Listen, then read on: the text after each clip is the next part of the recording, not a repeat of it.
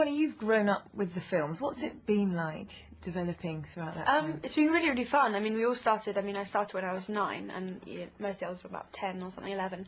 And it's been really fun kind of growing up together. It's kind of, we've really grown kind of like almost like a family. And it's quite weird when we come back for each film, because it's like coming back from a school term and we're all kind of back together again. But I definitely experienced kind of more than maybe kind of a normal kind of teenager would. But I think what I'll take away from like everything is probably kind of meeting new people and everything that I've experienced. And what kind of experience was the open casting for you? It was just fun. Yeah, I loved it. Everyone was excited, and I wasn't nervous because I felt I was ready. I felt I knew Luna. So I just enjoyed this, and I hoped something good would come out of it. Bonnie, Evanna, good to see you both. Evanna, we've got to start with you. Now, you won the role of Luna, open auditions, beat off thousands of people to get it. How was it walking onto set that first day? Could you actually believe it was happening? No, not really. No, I just... I didn't know what to do with myself, you know. I was just watching how everything went, and I wanted to know, and I was trying to do everything perfect, so I was afraid I would mess it up, but... it was like a family, and everyone had fun, and so got used to it quickly. Now, Bonnie, this is the film where Ginny, she comes into the fore a lot more, find out a lot more about her. She really sort of takes centre stage at times.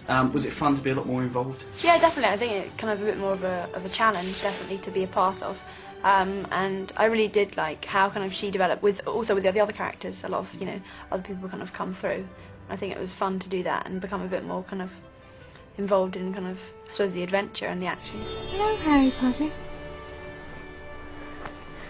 Your feet, aren't they cold? A bit.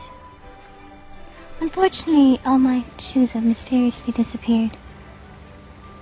I suspect Nargles are behind it. Now, David Yates, director, he's just confirmed that he's going to be coming back for The Half-Blood Prince as well.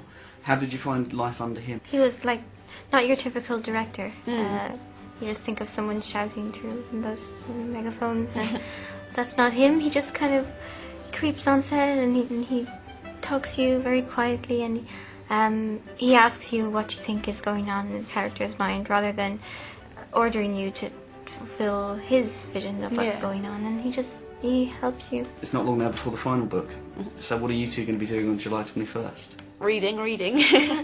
Queuing the day before, and then reading the next day, and then mourning the day after that. Mourning? Yeah. So you don't have a positive feeling? No, mourning that it's over. I mean mourning Harry. That it's over. No. Harry's living. I mean, have you got any predictions? What would you like to see happen to Ginny and Luna? I don't know. I suppose he, that Harry kind of made it quite clear that he was to kind of go alone, especially kind of with he kind of ends the relationship with. But we want to Ginny. fight with them. But I think we're gonna.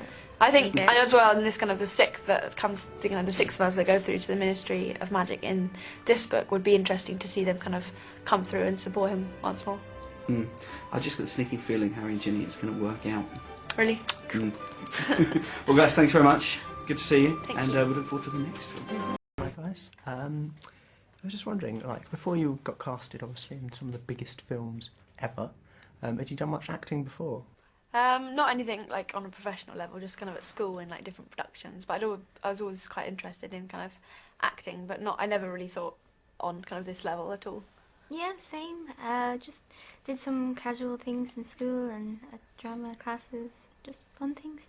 Nothing like that. You just had an open casting, didn't you, for this? Like, what did you do to sort of stand out? I didn't do anything like.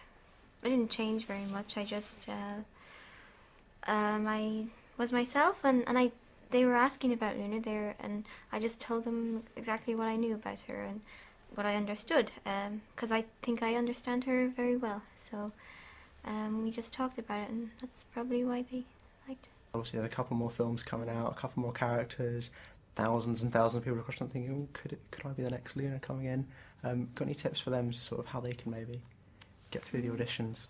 Yeah, I suppose we'll kind of in the next kind of look out for different characters that could maybe kind of pop up and kind of keep your eye out for kind of different. Yeah. I suppose they regularly kind of tell everyone kind of when the auditions are, so probably keep your kind of eyes open. Just have a few options, or like just find get to know the characters. You know, Yeah. don't just say, "Oh, I'll just be in a Harry Potter film." Yeah. Find who you like and go for it. What's it like? Because obviously you've done a few of these now, you know, a bit of an old hand. What's it like when sort of new people come in and sort of, some people have been doing it for years and years and years? Yeah, I think it creates a challenge for us all because, you know, I think to have kind of new people makes it, you know, it keeps the energy involved in it. Because I think if it was just always kind of the same people throughout all the films, it would get quite kind of formulaic, and we'd get kind of used to it all. So I think it definitely creates a bit more kind of levels to the film, and it's fun to make new friends, and it makes all of us kind of grow. There just seems to be getting more kind of cast, and I like that. Wicked. When you came in, was there any sort of cliqueiness, or was everyone really?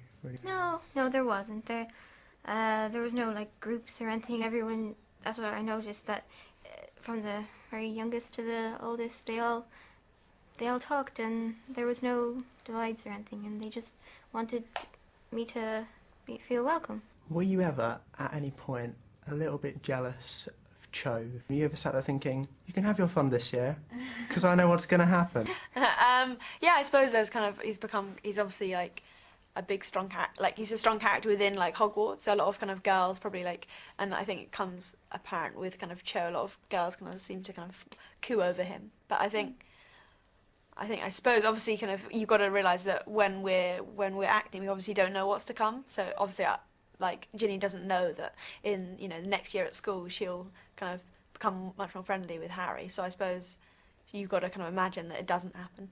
So there are slight moments where she's a bit jealous. And one last question. Your character's known for some quite interesting outfits, you know, like vulture hats, radish earrings and whatever. Have you ever thought of maybe nabbing some of the Harry Potter clothes to sort of take them home off set? Yeah, it'd be pretty cool. I love my clothes, yeah. I think also like the classic kind of, I know it sounds a bit weird to wear, but like the classic like Hogwarts uniform would be pretty amazing to kind of walk around the house in. Yeah. But yeah. Right. Thanks very much. Thank you.